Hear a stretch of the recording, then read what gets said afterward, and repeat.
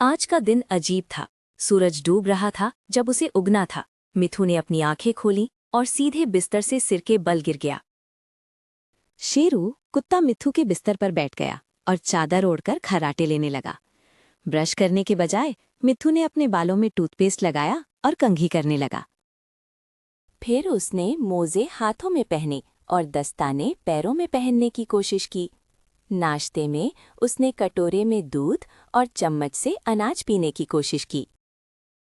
रोटी जल गई थी, लेकिन मिथु ने कहा, वाह, ये तो स्वादिष्ट है। स्कूल बस पीछे की ओर चलकर आई।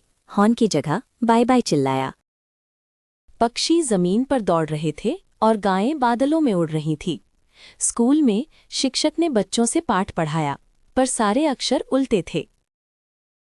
मिथुन ने अपनी कॉपी में एक पेड़ बनाया जिसकी जड़ें आसमान की ओर थीं। मध्याह्न भोजन कॉपी में एक पेड़ बनाया जिसकी जड़ें आसमान की ओर थीं।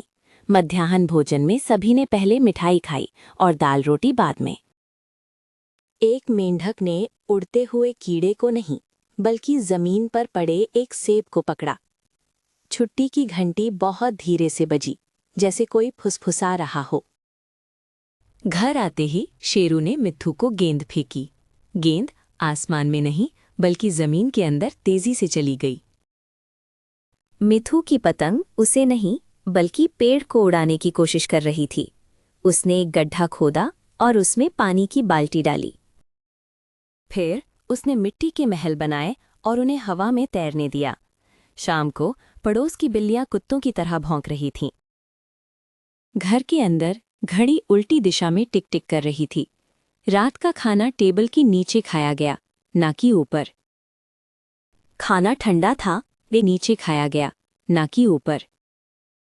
खाना ठंडा था, लेकिन सबको लगा कि वो बहुत गर्म है और सब हाँफ रहे थे। जब मिथु ने गाना गाया तो आवाज उसके मुंह से नहीं, कानों से बाहर आई। सोने से पहले उसने अपने जूते उतारे और फिर गलती से अपनी पैंट पहन ली। उसने अपनी कहानी किताब को आंखें बंद करके पढ़ा, ये जानकर कि शब्द उल्टे हैं। शेरू ने मिथु को एक अच्छा रात का चुंबन दिया और चादर ठीक की। लाइट बुझ गई, लेकिन कमरा पहले से ज्यादा रोशन हो गया।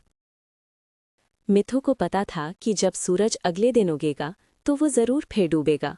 फिर सुबह हुई और सूरज सच में डूब गया। ये उल्टा पुल्टा दिन था। सुबह हुई और सूरज सच में डूब गया। ये उल्टा पुल्टा दिन था।